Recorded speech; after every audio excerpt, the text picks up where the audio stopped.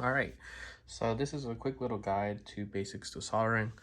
I'm gonna show some tooling that you would use just for wire-to-wire soldering, and then I'll make another video on some SMD or surface mounted component soldering. So for this, mostly all you need a soldering iron, some solder. Helping hands make it a lot easier, and you need your wires. Something that will also be coming very handy is some automatic wire strippers. These are very easy, very cheap. Amazon Basics, like 10 bucks. Technically, you can use some pliers, or you can get like some of the manual wire strippers, a little cheaper. But this saves a lot of time, right? Simple use. You just put the wire in, and then you pull and take strips off the rubber part for the wire. You can also actually can do like multiple wires at a time, so I'll use the same wire, put them next to each other, just to get like an even cut or even amount on each end, so you can put them both side by side. Ooh. And then when you cut strip, they're both out even. All right, so once you have your wire, right, most of the wire you'll be soldering, unless it's like a solid copper wire, will be like strands of a lot of little wires. So normally what I do to first prep it is I twist them all together so they're all uniform. So the other wire we just stripped, we're gonna twist them all together. And so when you do wire-to-wire connections, I was taught it's most important how you actually bind them together. So the way I learned was you put them like X, and then you cross one over, and then you wrap around the top, right? Sometimes mine's not really perfect, but sometimes you might have a little excess, so I kind of just wrap that around the end, right? So this is where the helping hands come really handy. You just put one in here and the other in here. So now your wire is prepped and ready, right? So now we gotta actually solder it. Let's focus on the wire. All right, so obviously you gotta have some solder. The way I normally have solder, you can actually hold it like by the tube. This one is on a spool. I'll actually just cut a piece off and pretend I'm welding, and I'll hold it here, and I'll act like I'm welding.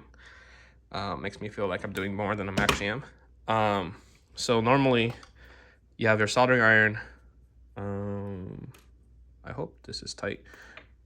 You want to clean it off. I have like a wet sponge. Just rub it against a wet sponge. I have it at 450. Sometimes when I'm soldering surface mounted stuff, I'll have it at like 700. Just so it heats up really quick, but that could also harm some stuff in burning.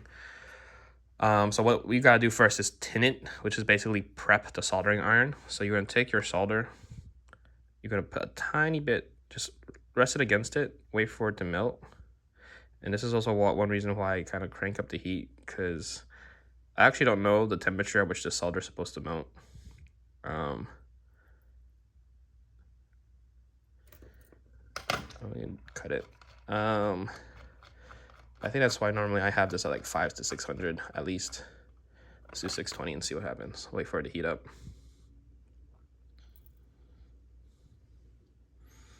All right, so I'll actually do three test methods or three methods of how to solder. This is the way I was taught. So we tin. All right, wait for it to get, yep, see, so you get beat up a little solder on the base. Right, now it's tinned, right? Tiny bit of solder, don't need too much, but you see this beat it up right there. Now, you're basically going to put the soldering iron that's tinned at the base of the wire. You're just going to hold it there, and now you're going to take your soldering wire or your solder, and you're just going to rest it on top, and you see how it just instantly melts into the wire? That's what you want. So you don't want to have the way I was told is you don't want to have it so you're basically putting the heat and the solder together on it. Apparently it's not a strong connection. You want to basically essentially heat up the wire to the point where it's hot enough to melt the solder, and you basically just go over the whole wire with the solder. So now you basically coat the connection. And sometimes your solder will get stuck. You just put your soldering iron, you can unstick it, right? And so you can test the connection, give it a little tug, nice and strong, nice and sturdy. Obviously, you would have some sort of heat shrink already on the wire, and then you would just heat it over. I'm not going to explain how heat shrink works, because I imagine you can figure that out on your own. Or some people can use electrical tape, but I think heat shrink's a little better. So that's the bare bones simple method. Just solder, wire, and soldering iron. Right now, there's something called flux. The flux helps a lot. I think to spread some heat around or like kind of evenly heat area and get the area prepped for the solder. It makes it a lot easier, but it's not necessary for wire to wire. I actually do a lot of my wire to wire without flux. I think though it is very helpful for SMD, and I'll show that, but I'll also show it with the wire to wire and see how that compares. Obviously we saw it's because the wire is really thin, you heat it up really fast and it was really easy. So now we have these other two wires. I'm going to put them together.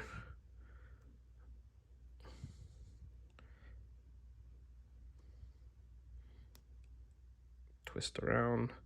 And then you just basically want, oh, yeah, this one also issue with the way I tie it. Sometimes they come apart. So, oh, it's not even focused on my hand. Boop. So I just cross it over and kind of twist. You see I have a little excess. I'll just kind of tuck that in. Not very pretty, but I'm not a professional here. I just do it for fun. People complain about whatever they want to complain about, but if it gets a job done and it's for personal use, I don't really care. So now we have that. Apply a little flux onto it. This is probably way more than I need to, but the flux, I think from what I understand, it just helps disperse the heat, preps the area, makes it really easy. Now this might be a little, if you leave the solder on there, it might be a little burnt. So go to that wet sponge. Damn, I gotta constantly focus this. Wet sponge. Oh, actually, let's focus on this. And then you can kind of see the solder come off. It's this bead right here. But now the solder iron is mostly clean, or it's at least freshened up. So now we're going to retin it.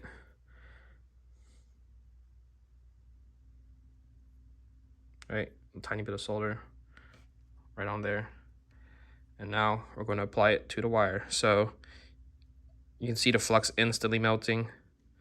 I don't really know if it made it any faster or any slower. I think it was a tiny bit faster, but for the really small, thin wires, I don't think the flux really is necessary. Maybe on some like larger, thicker wires where you really gotta heat it up, it would help a lot. But for most of this stuff, wire to wire, I don't ever really use flux. It's not a big issue for me. So nice and strong. And the last way, we'll do the way I was told not to do it and see if that makes a difference. I've done this a couple times, I think, for certain situations where I couldn't really get underneath the wire or something, but here we'll do it one more time. So these two bound together. Oh, no, they're not. So twist and twist that over. So now it's very loose, so I would be careful. All right, so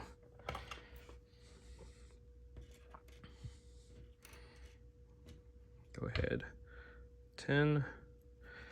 I actually don't really think 10 would matter, but we're basically, instead of like heating up the wire, what we're doing now is just heating up the solder to just melt onto the wire. So I think the idea is now, because of that, the solder's not really going to stick to it. So you can see the solder's not sticky. The solder's not going from the solder melting onto the wire. It's melting onto the soldering iron and then transferring onto it. So that's the big thing with soldering. You have to have the surface that you want the solder to stick to has to be heated up to take the solder, or else it's going to go to the heat source, and then that will be transferred. And then you see this big ugly ass bead. You kind of, if you have a bead like that, sometimes you can take your soldering iron, kind of wick it away. Here, let me make another big bead onto it. All right, you got a big ass bead. If you have a clean soldering iron tip, you can melt it and kind of wick away some of it on the soldering iron tip. Or if you have like a soldering iron pump, I never really use this for wire to wire because I don't really need to. I'll show this on the SMD, but you could also use the pump. While it's still hot and wet, you can suck it up and boom, clean, nice and clean. Technically the top down method, it can work, and that's like a strong connection, but I don't think it's the best practice in terms of consistency. I always use the bottom method, and I think that one's better.